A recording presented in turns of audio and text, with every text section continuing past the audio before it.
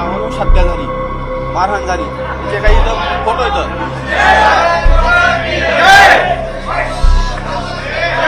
त्याच्यावरून फक्त एक तुम्ही लक्षात घ्या, हे फोटो बघितल्यानंतर नाही ह्यांना दाखवत नाही, मीडियाला दाखवत तुमच्याकडे सुरू करतो, तुम्ही पाहून घ्या फक्त हे, आम्ही कुणाकडेही देणार नाही. त्याच्यावर वही ते आरोपीनं किती कशा अमानुष हत्या केली हे तुमच्या लक्षात येईल आणि ह्या बाबतीत तुमची प्रतिक्रिया नंतर आम्हाला काय ते कळवा. जातीचा रंग कोण देईल प्रामुख्यानं हे सगळ्यांना लक्षपूर्वक आहे का? ज्याला ह्या आरोपीची बाजू घ्यायची, त्यालाच फक्त जातीवादाचा अंश यायला आहे. बाकी तर आम्ही दाखवलंय. दीपक काका आमच्या जिल्ह्याचे सुपुत्र आहेत. 1000 मुलींच्या पुढे ते अनाथ मुली तिथं सांभाळ करतात. दत्ता भाऊ आहे ते HIV ग्रस्त म्हणजे शेकड्यावर मुलं तिथं सांभाळतात. विधवा महिला तिथं ज्या म्हणजे त्यांना कुणी आसरा देत नाही किंवा ज्यांचं काही कुणी नाही त्यांना सांभाळतात. म्हणून या आडून जर कुणी करत असेल तर ते खरे जातीवादी. त्यांना तिथं तुम्ही लगेच सांगा की तुम्ही ह्याची बाजू घ्यायचं काही कारण नाही. कारण का बऱ्याचशा गोष्टी हे सगळं पुढं जात असताना त्या सुद्धा आमच्याकडे आलेल्या आहेत, पण आम्ही शहानिशा केल्याशिवाय तुम्हाला बोलणं उचित नाही. बोला.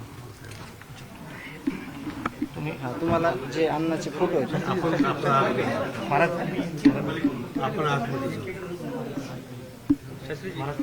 असं आहे की ज्यावेळेस आले होते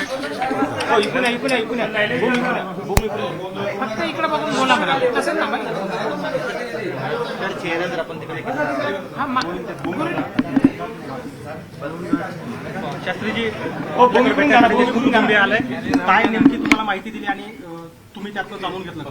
शास्त्रीजी इकडे बघून बोला कॅमेरा भगवानगडाला मांडणारं ऐका, भगवानगडाला मांडणारं कुटुंब आहे. यापूर्वी ते भगवानगडावर येत होते. त्यांचे अनेक वेळाचे फोटो त्यांनी मला दाखवले आणि जे आरोपी आहेत त्यांची पार्श्वभूमी असणारे पुरावे त्यांनी या ठिकाणी दिलेले आहेत. ते अजूनही ते सांगतायत.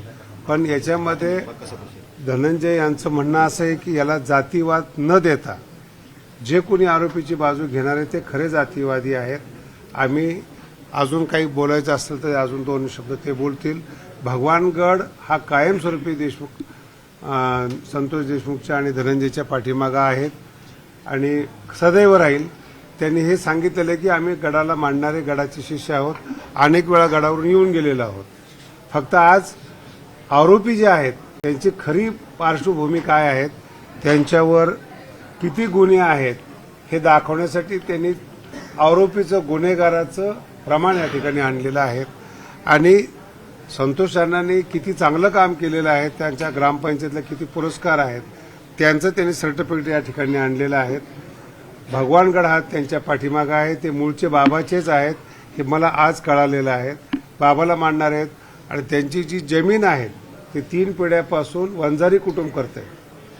म्हणून जातीवाद न करता खऱ्या आरोपीला शिक्षा व्हावी हे या भगवानगडाच्या गादीवर माझं सांगणं आहे. याच्या अतिरिक्त जे काय आहे आम्ही बसून बोलू आणि त्यांना 2 घास खाऊ घालू, भगवान बाबाचा प्रसाद खाऊ घालू, जेणेकरून त्यांच्या आत्म्याला शांती मिळेल, मुलीला शांती मिळेल. तोपर्यंत आपण सगळ्यांनी लांब राहावं एवढंच माझं म्हणणं आहे. जर काही विचारायचं असेल तर धनंजय या ठिकाणी त्यांना बोलू द्या. मला महत्वाचा एक माझ्या मनातला प्रश्न विचारायचा आहे, म्हणजे मला बोलायचं आहे. शांत राहा. आता या आपल्या लढ्यामध्ये म्हणजे हा न्यायाचा लढा आहे. अतिशय क्रूररित्या ही हत्या झालेली आहे. याच्यात बाबा प्रत्येक क्षेत्रातलं माणूस आपल्याला, जसं की तुम्ही आता इथून संप्रदायाचं तुम्ही सांगितलं, तसंच राजकीय लोक याच्यात आहेत या न्यायाच्या भूमिकेत, सामाजिक आहेत, संप्रदायातले आहेत. तर ते जर कुठं न्यायाच्या भूमिकेत असले आणि त्यांना जर कुणी जातीवादी म्हणत असेल तर तो एक विषय चांगला गांभीर्यानं लक्षात घ्या. पहिल्या दिवसापासून आत्तापर्यंत विविध लोकप्रतिनिधी आहेत, जिल्ह्यातलेच नव्हे तर जिल्ह्याच्या बाहेरचे, अख्ख्या महाराष्ट्रातले सगळे लोकप्रतिनिधी, तुमची पोलीस यंत्रणा सगळी या न्यायाच्या भूमिकेत आहे आणि न्याय मागत आहे. तर त्याच्यामध्ये त्या लोकप्रतिनिधीला जर जातीवादी म्हणण्यात आलं तर मग न्यायाच्या दिशेने येणारे ते लोक परत येतील का न्यायाच्या भूमिकेत? नाहीत येणार. तर ती सुद्धा गांभीर्यानं दखल घेणं गरजेचं आहे. हे पहिल्या दिवसापासून आज 54 दिवसापर्यंत जे लोकप्रतिनिधी आहेत, जिल्ह्यातले नव्हे तर सगळ्या बाहेरचे, हे देशमुख कुटुंबियाच्या न्यायात आहेत. त्यांना देखील न्याय मागतायत. त्यांना देखील तुम्ही चुकीचं ठरवलं नाही पाहिजे अशी माझी विनंती आहे. 1-2 शब्द वैभवी बोलेन तुम्हाला. जातीवाद न करता सामाजिक सलोखा कायम राहावा यासाठी देशमुख कुटुंब आपल्या गडावर आलेलं आहे. ताई बोल. बाबा, आज तुम्ही महंत आहेत, महाराज आहेत, तर गुरु आहेत आमचे. म्हणजे तुमचा दर्जा खूप मोठा आहे. आज तुमच्या पुढे मी खूप लहान आहे. फक्त मला एवढं वाटतं की जसं तुम्ही म्हणलात, एका चापटीचं जर त्यांची मानसिकता तशी झाली आणि त्यांनी माझ्या वडिलांची हत्या केली. आज माझ्या वडिलांच्या अंगावर, आज आम्ही फक्त न्यूजला ऐकतो की त्यांच्या अंगावर इतके वार झालेत. त्यांची अशी एकही अवयव नाही आहे की तो शाबूत होता. त्यांचे जर आता मी घरीच ते ऐकलं की त्यांचे फक्त अस्थिमध्ये 3 हाडं निघतायत. तर म्हणजे आमची आज मानसिकता काय असेल. ते ज्यांचे फोटो आहेत ते आम्ही आज सुद्धा बघू, म्हणजे ते आम्हाला बघू वाटत नाहीये. त्याचं इतकं दुःख आहे. फक्त म्हणजे मला एवढं वाटतं की जे तुम्ही आमचे जे विचार होते किंवा माझ्या वडिलांची हत्या कशी झाली, त्याचं मागचं कारण काय, ती घटना कशी, जशी मागाशी तुम्हाला चाचाने सांगितली, तेवढंच तुम्ही आमचं म्हणजे एकदा ऐकून घेतलं पाहिजे होतं आणि नंतर तुमचं जे वक्तव्य ते मी करायचं. काहीही बोललेलो नाही. मी तुमच्या पाठीमागे आहे. हा जो समाजातला प्रकार आहे, हे वाईट लोकांनी केलेले काम आहे. तुम्ही जर भगवानगडाची शिष्या, तुम्ही तुमच्या बाजूने आहेत. मासा जो केस तालुका हा बाबाला मांडणार आहे. अनेक वेळा दौरे झालेले आहेत. म्हणून कदाचित माझ्या बोलण्याचा गैरसमज झाला असेल.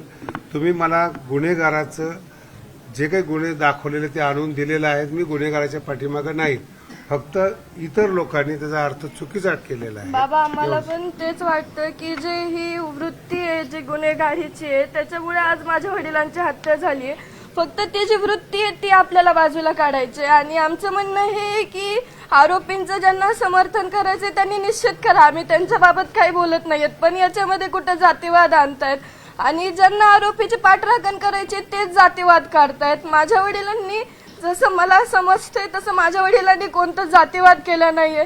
आता सगळ्या चाचांनी सांगितलं की आमचे शेतकरी सुद्धा हे वंजारी हेच आहेत, त्यांचं सुद्धा अन्न मुंडेचं आहे. पण आम्हाला एक असं याची खंत वाटते की जो माणूस जसं दलितांना वाचवण्यासाठी गेला, त्यांनी कधी जातीवाद न केला, त्याच्यामध्ये न्याय मिळवण्यासाठी असे वेगवेगळे फाटे का फुटतायत. आमचं एकच म्हणजे आज आम्हाला इतकं दुःख आहे. आमचं गाव सुद्धा या दुःखातून सावरू शकलं नाही, पण तरी पण आज आम्ही त्यांच्या न्यायासाठी झुंजतोय. कारण की त्यांच्यावर जो अन्याय झालाय, म्हणजे आता प्रश्न पडतो की कुणाला वाचवायला जाणं हा पण आपला गुन्हा आहे का. म्हणून ही जी घटना घडली आहे ती नंतर घडू नये यासाठी आम्ही फक्त न्याय मागतोय. आमची अपेक्षा हीच आहे की आम्हाला लवकरात लवकर न्याय मिळाला पाहिजे. भगवानगड आपल्या पाठीशी आहेत.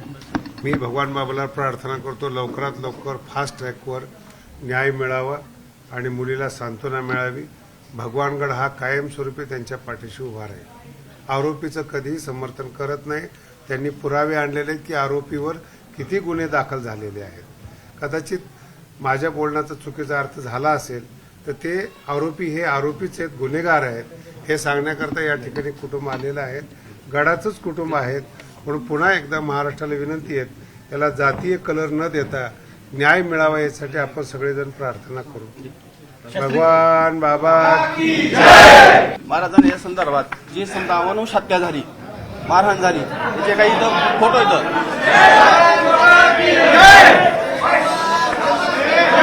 याच्यावरून फक्त एक तुम्ही लक्षात घ्या, ही फोटो बघितल्याच्या नंतर तुमची नाही ह्यांना दाखवत नाही, मीडियाला दाखवत